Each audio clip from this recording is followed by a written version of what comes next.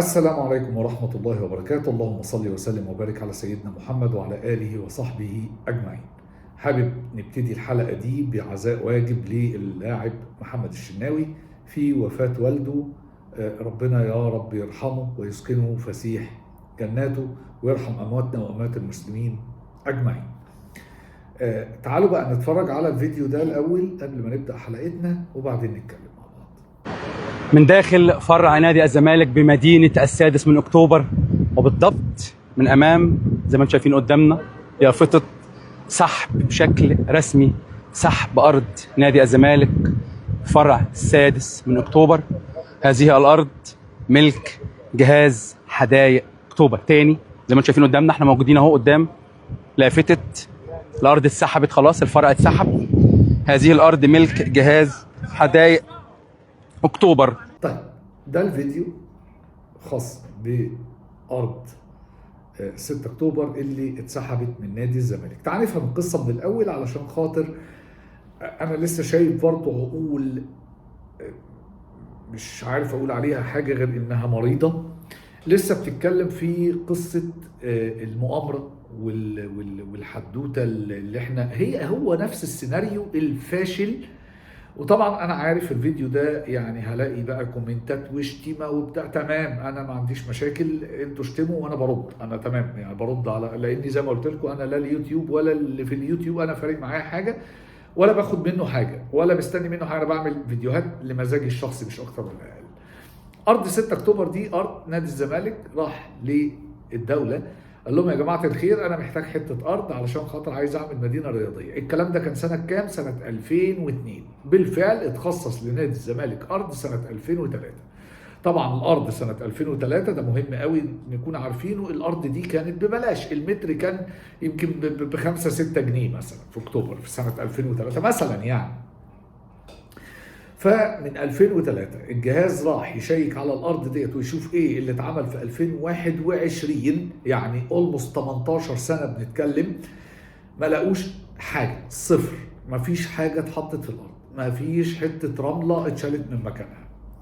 فكانوا ناويين يسحبوا الارض. طبعا حصل ان نادي الزمالك اتظلم وراحوا عيطوا معلش وسامحونا وهنبتدي وهنعمل، ادونا بس مهله مش اكتر من سنتين.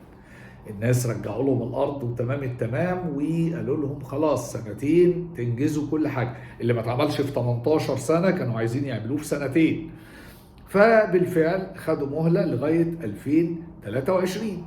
الناس راحوا بقى يشيكوا، المهله خلصت، نروح بقى نشوف الارض، نشوف الناس، نشوف المدينه الرياضيه اللي الزمالك عملها. ولا مدينة رياضية ولا أي حاجة، لقوا إن اللي أنجز من الأرض أو من المدينة السكنية 1% من المتفق عليه، 1%.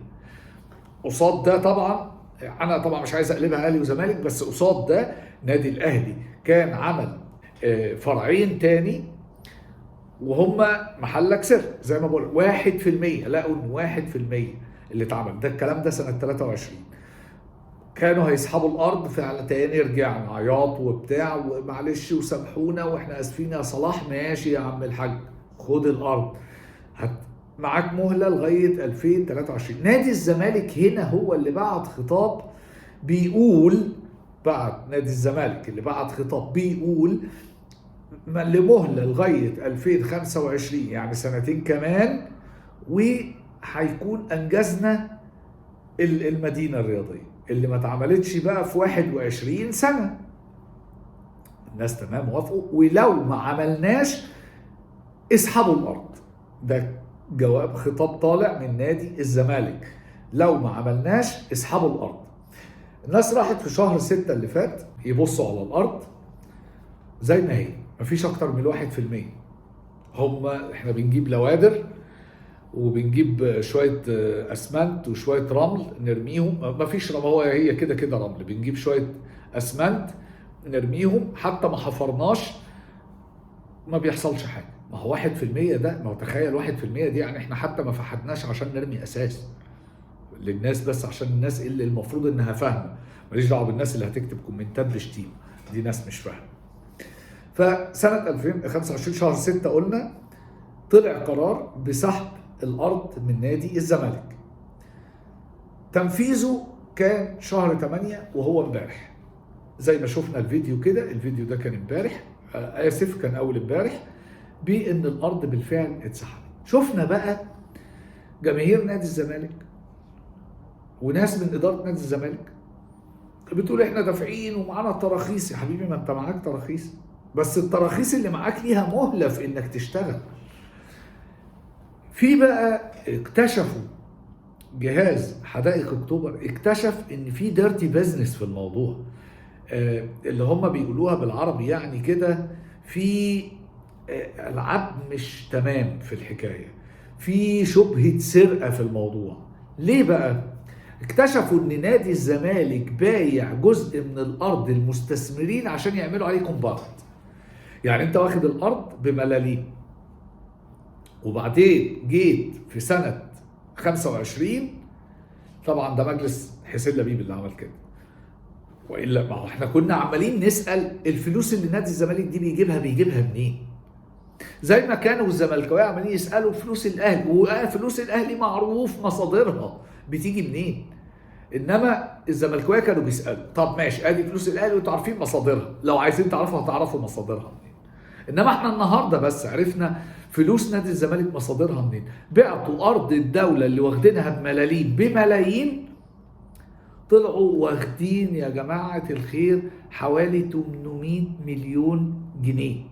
800 مليون جنيه. نادي الزمالك في مصيبه، لان الارض دي فعلا لو ما رجعتش لنادي الزمالك، او هي حتى مش هينفع ترجع، وحتى لو رجعت مش هينفع هو يوفي بعقوده اللي عاملها مع المستثمرين اللي باع لهم الارض علشان يعملوا عليها كومباوند. المفروض انها دي لمدينه رياضيه مش مدينه سكنيه، يتعمل عليها كومباوند ازاي؟ فهي الفلوس اللي دخلت نادي الزمالك دخلت من الارض بتاعت الدوله دي. فدلوقتي خلاص الارض اتسحبت. نادي الزمالك مطالب بان هو يرد الفلوس دي تاني للمستثمرين اللي هم زي ما بقول لكم حوالي 800 مليون. هيرجعوا ازاي ومنين؟ المفروض حد من نادي الزمالك بقى يطلع يفهمنا او يطلع يقول لنا، لان نادي الزمالك على وشك مصيبه انه يقفل، على وشك مصيبه انه يقفل، يشهر افلاسه، وفي الحاله دي هيجي مستثمر يشتري نادي الزمالك. وشكرا على كده، وتوته توته خلصت الحدوته.